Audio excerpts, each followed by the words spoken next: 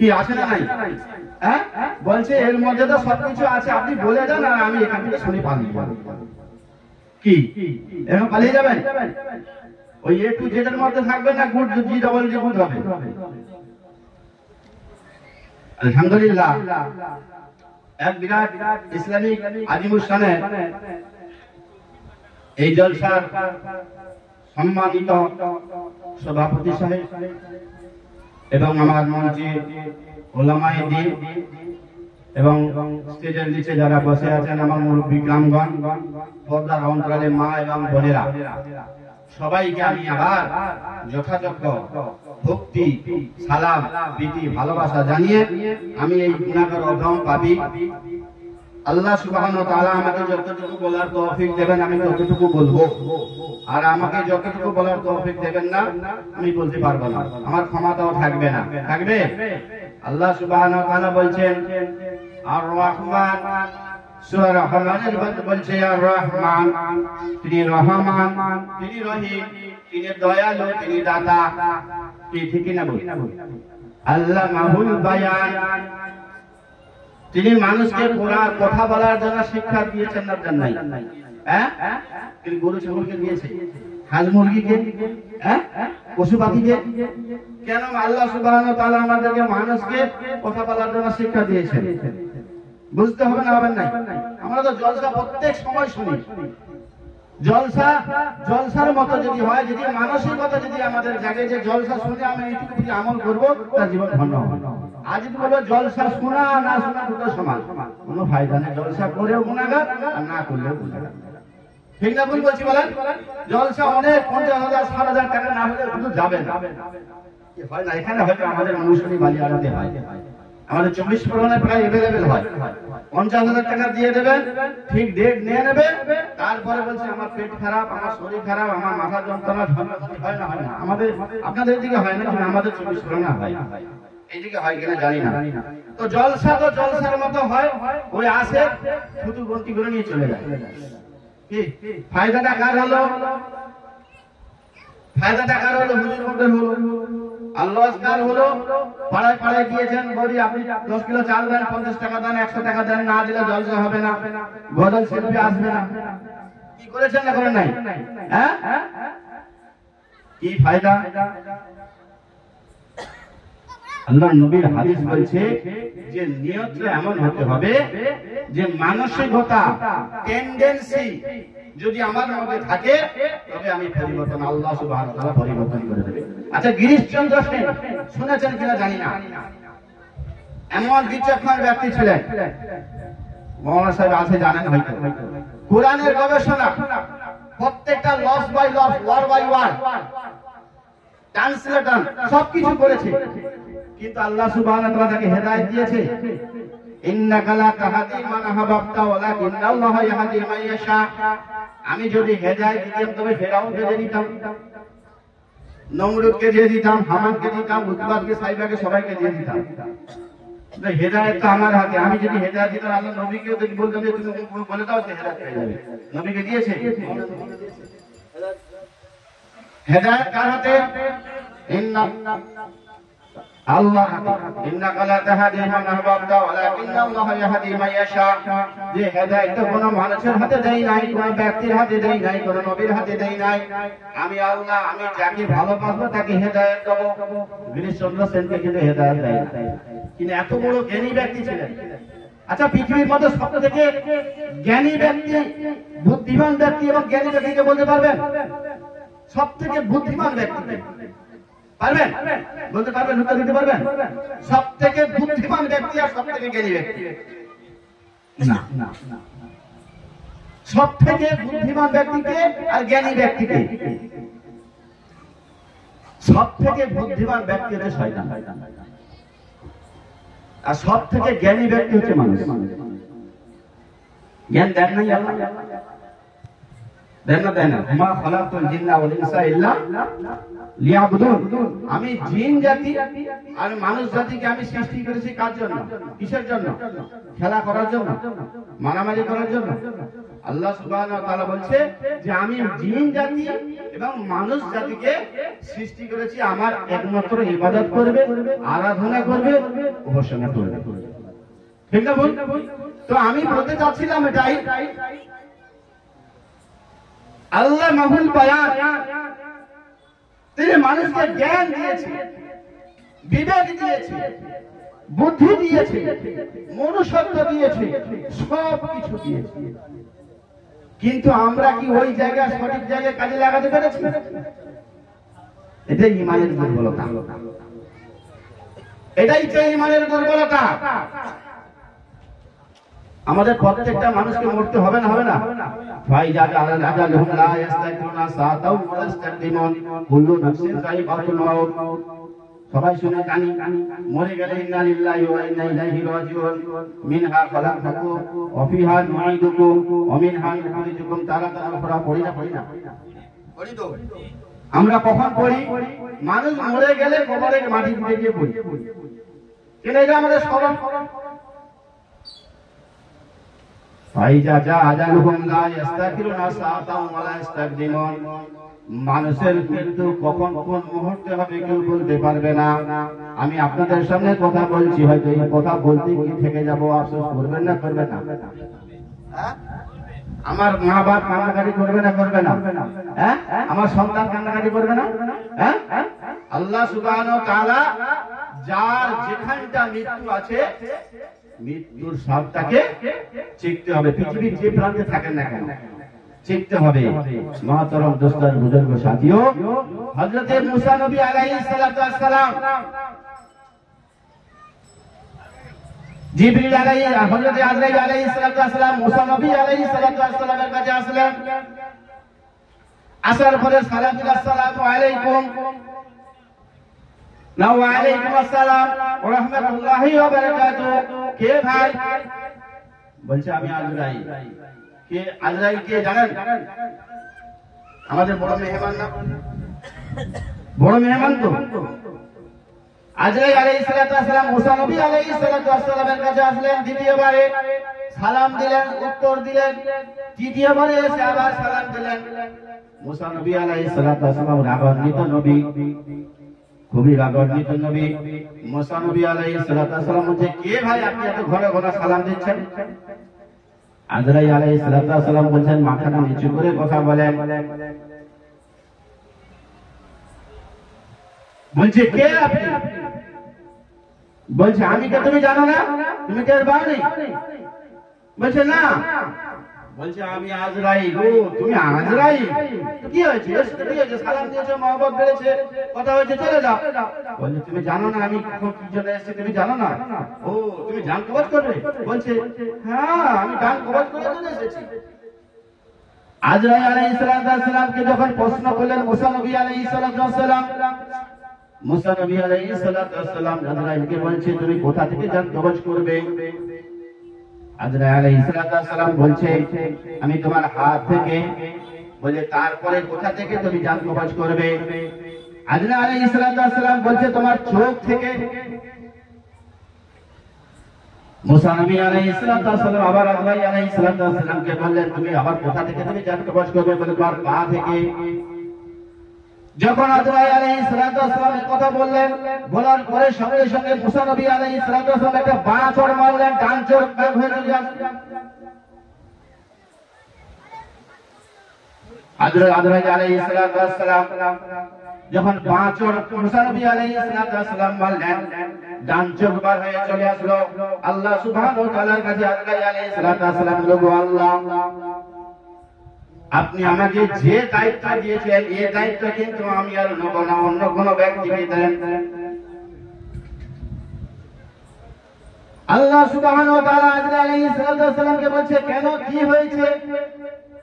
তুমি কি এমন বলেছো তুমি জান কবজ করতে গিয়ে তোমার জান কবজ হয়ে গেছে? কেন? কি ব্যাপারটা খুলে বলো। আজরাইল সালাম বলছে কি হয়েছে? বলে আমি প্রথমে গেলাম সালাম দিলাম, দ্বিতীয়বারে গেলাম সালাম দিলাম, তৃতীয়বারে গেলে সালাম দিলাম, বলার পরে জান কবজ করার কথা বললাম। তারপরে কি হয়েছে? বলছে আমি প্রথমে হাত থেকে, তারপরে চোখ থেকে, তারপরে পা থেকে। মুসা নবী আলাইহিস সালামকে এই কথা বলার দরুন আমাকে চড় মেরে এক ডান চোখ বার করে দিয়েছে বাঁ হাত থেকে। ওগো আল্লাহ, এই দায়িত্ব আমাকে না দিয়ে অন্য কোনো ব্যক্তিকে দেন। আল্লাহ সুবহানাহু ওয়া তাআলা জিবরাইল আলাইহিস সালাম মুসা নবী আলাইহিস সালামের কাছে পাঠিয়ে দিলেন, হে জিবরাইল তুমি যাও যাও মুসা নবী আলাইহিস সালামের কাছে যাও, গিয়ে কি ব্যাপারটা তুমি জেনে আসো। সমস্ত নবীদের কাছে ওহী আসতেন না? সমস্ত নবীদের কাছে ওহী আসে। মুসা নবী আলাইহিস সালামকে জিবরাইল আলাইহিস সালাম এসে জিজ্ঞাসা করছে কি হয়েছে ভাই? বলছে ভাই আজরাইল এসেছিল, সালাম কালাম হয়েছে, কথাবার্তা হয়েছে, সবকিছু হয়েছে। তারপরে কি হয়েছে? না তারপরে বলছে তোমার জান কবজ করার জন্য এসেছে। বলছে তারপরে কি হয়েছে? বলছে চোখ থেকে, হাত থেকে, পা থেকে। বলছে আমার তো রাগ হয়ে গেছে। উনি যদি বলতো যে আল্লাহ সুবহানাহু ওয়া তাআলা যেরকম বলেছেন সেরকম ভাবে জান কবজ করব, উনি এই কথা না বলে বলে তোমার চোখ থেকে, যদি আমার চোখ থেকে আমার জান কবজ করে দিতে আমি তাওরাত কিতাব পড়ব কি করে? যদি আমার হাত থেকে তুমি আমার জান কবজ করে নাও, তুমি আমার হাতটা ধরে আমি পড়ব কি করে, ধরব কি করে?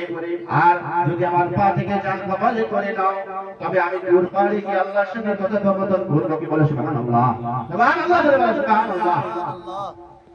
محترم دوستو بزرگوں، موسیٰ نبی علیہ السلام জিবরিল আলাইহিস সালাম কে বললেন, আল্লাহর কাছে চলে গেলেন। চলে যাওয়ার পরে আল্লাহকে বলছে আল্লাহ এই ঘটনা এই হয়েছে। আজরাইল আলাইহিস সালামকে বলছে তুমি তো ভুল করেছো। আল্লাহ সুবহানাহু ওয়া তাআলা হযরত আজরাইল আলাইহিস সালামকে বলছে দায়িত্ব কিন্তু তোমার থাকবে, কিন্তু সিস্টেম পাল্টে দিচ্ছি, তুমি চলে যাও, জান কিন্তু কবজ করো, দায়িত্ব তোমার থাকবে। বলে দ্বিতীয়বারে আমি যদি যাই তবে আরেকবার আমার ডান আরেকটা চোখ বার করে নেবে। হাফেজ সাহেব, মৌলানা সাহেব যারা আছেন, মসজিদের ইমাম সাহেব, আপনারা স্টেজের উপরে চলে আসেন। আর যারা রাস্তায় ঘোরাফেরা করছেন মেহেরবানি করে ভাই মজলিসে চলে আসেন। ভাই আলেমরা দাঁড়িয়ে দাঁড়িয়ে বায়ান শুনবে, এটা আমার স্বভাব হয় না। আমি তো গুনাহগার, অযোগ্য ব্যক্তি। আপনারা আসেন, আমার ভুল হলে আপনারা ধরে দেবেন, আমার আরো তো বাড়বে। আপনারা আসেন, স্টেজে এসে বসেন। আলেম ওলামা মানুষ, আর আমি আর কিছু বলবো না। তো জিবরিল আলাইহিস সালামকে আল্লাহ সুবহানাহু ওয়া তাআলা যখন এরকম ভাবে বললেন, আল্লাহ সুবহানাহু ওয়া তাআলা হযরত আজরাইল আলাইহিস সালামকে বললেন, আজরাইল দায়িত্ব কিন্তু তোমার থাকবে, সিস্টেম কিন্তু চেঞ্জ করে দিচ্ছি। এখন যদি মানুষ মরে যায়, যদি হার্ট অ্যাটাক হয়ে মরে যায়, আজরাইলের নাম হয়? শুনেছেন আজরাইল এসেছিল? হ্যাঁ, পানিয়ে ডুবে যদি মরে যায় কার নাম হয়? পানির নাম হয়। গাড়ি অ্যাক্সিডেন্ট করে যদি মরে যায় কার নাম হয়? গাড়ি অ্যাক্সিডেন্ট হয়ে মরে গেছে। محترم دوستو بزرگو، فائدہ جا اجلهم لا يستقبلون ساعة ولا يستقدمون। মানুষের মৃত্যু কখন মরতে হবে কেউ বলতে পারবে না। 1 মিনিট আগেও হবে না, 1 মিনিট পরেও হবে না, 1 সেকেন্ড আগেও হবে না, আর 1 সেকেন্ড পরেও হবে না। মৃত্যু যার যেখানটা আছে তার সেখানটা মৃত্যু হবে। তো আজরাইলের নাম হবে না, যেখানে একটা ব্যক্তির নাম হয়ে যাবে। ঠিক না বল? হ্যাঁ, খাটিয়া কিন্তু প্রত্যেকের বাড়িতে বাড়িতে পৌঁছে যাবে, কাঁধে করে নিয়ে পৌঁছে যাবে, টের পাবে না। আমরা যদি এখন থেকে যদি মানসিকতা চেঞ্জ না করতে পারি, তবে আমরা কবে চেঞ্জ হব, কবে পরিবর্তন হব? মহতরম দোস্ত আর বুজুর্গ, আমাদের পরিবর্তন তো হওয়া আমাদের ওই সাপ আর ব্যাঙের মতো হয়ে গেছে। সাপ আর ব্যাঙের মতো হয়ে গেছে। অনেকদিন আগে পড়েছিলাম, ঘটনাটা মনে পড়ে গেল। দুজন বন্ধু পাতিয়েছে, সাপ আর ব্যাঙ। দীর্ঘদিন বন্ধু পাতানোর পরে সাপ বয়সে বড়, ব্যাঙ বয়সে ছোট। দীর্ঘদিন ওঠা বসা করার পরে ব্যাঙটা সাপটাকে বলছে, ভাই আমি তোমার থেকে বয়সে ছোট, তুমি আমার থেকে বয়সে বড়, বলে তুমি বলো, আমার মধ্যে যদি কোনো ত্রুটি থাকে আমি সেই ত্রুটিটাকে শুধরে দেবো। তো সাতটা ব্যাংক থেকে বলছে ভাই তোমার একটা অভ্যাস খুব খারাপ। কি অভ্যাস? বলছে তুমি যখন চলো না লেফে লেফে, কি ব্যাংকে শুয়ে শুয়ে চলে না লেফে লেফে চলে, হ্যাঁ লেফে লেফে চলে। তো যখন পেশাব করো না লেফে লেফে পেশাব করো।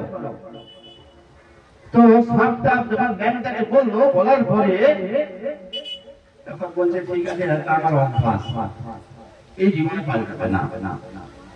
একদিন যাই, দুদিন যাই, 3 দিন যাই, 4 দিনের মাথায় রাস্তায় যেতে যেতে পুকুরের সামনে গল্পটা হচ্ছে, বলছে ভাই তুমি বয়সে বড়, তোমাকে যথেষ্ট সম্মান করি, শ্রদ্ধা করি, ভালোবাসি, মহব্বত রাখি, আমি একটা কথা বলবো, ছোট মুখে বড় কথা হলেও করবেন। বলছে কি কথা?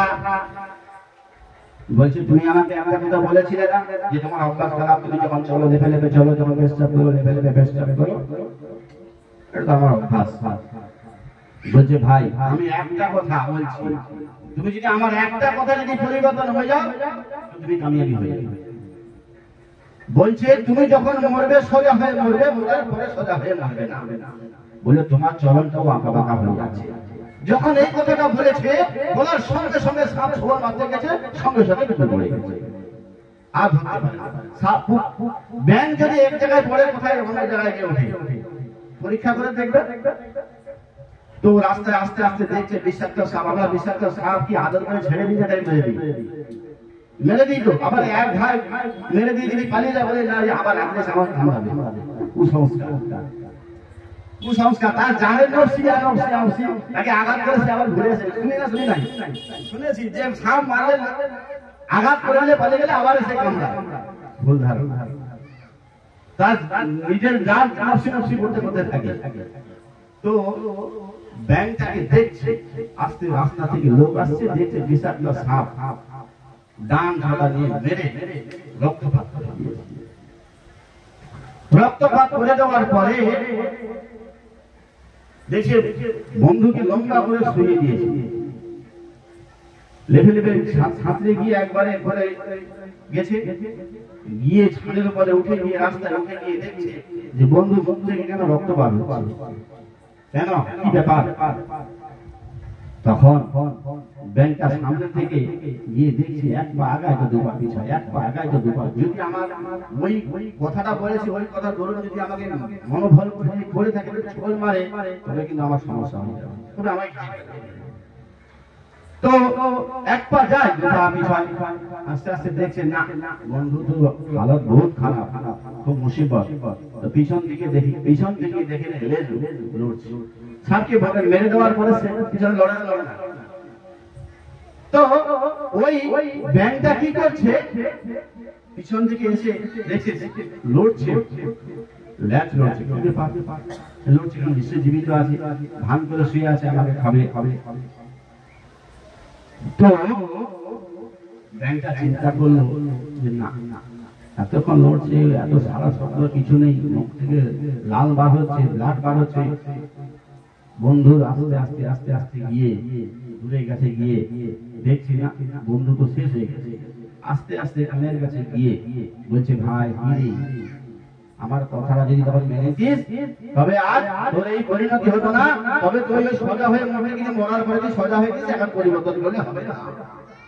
পরিবর্তন হবে। মহতরম দোস্তার বুজুর্গ সাথীও, আল্লাহ সুবহানাহু ওয়া তাআলা আমরা পরিবর্তন আমার আল্লাহ সুবহানাহু ওয়া তাআলা করিয়েছে, কিন্তু আমরা পরিবর্তন হতে পারি না। আমরা সেই বাঁকা পেয়ে আছি। সম্মানীয় দিনদার, ইমানদার, মুস্তাকিম, পরহেজগার, আল্লাহওয়ালা ফিরুন, আল্লাহওয়ালা মানুষ, আমরা যদি এখন থেকে মানসিকতা চেঞ্জ না করতে পারি, কবে চেঞ্জ করব? কবে পরিবর্তন হব? মানসিকতা চেঞ্জ করি। আমরা বহুত শুনি, বহুত ভালো আমাদের কাছ থেকে শুনি, এমন ওয়াজ হয় চোখ থেকে রসুল চলে যায়।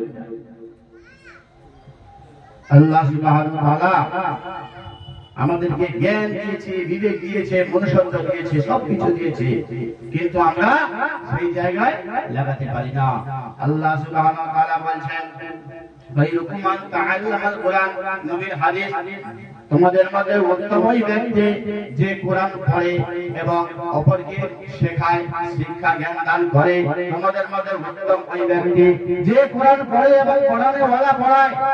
তোমাদের মধ্যে উত্তম ওই ব্যক্তি, কুনতুম খায়রা উম্মাতিন উখরিজাত লিন-নাস তা'মুরুনা বিল মা'রুফ ওয়া তানহাউনা আনিল মুনকার।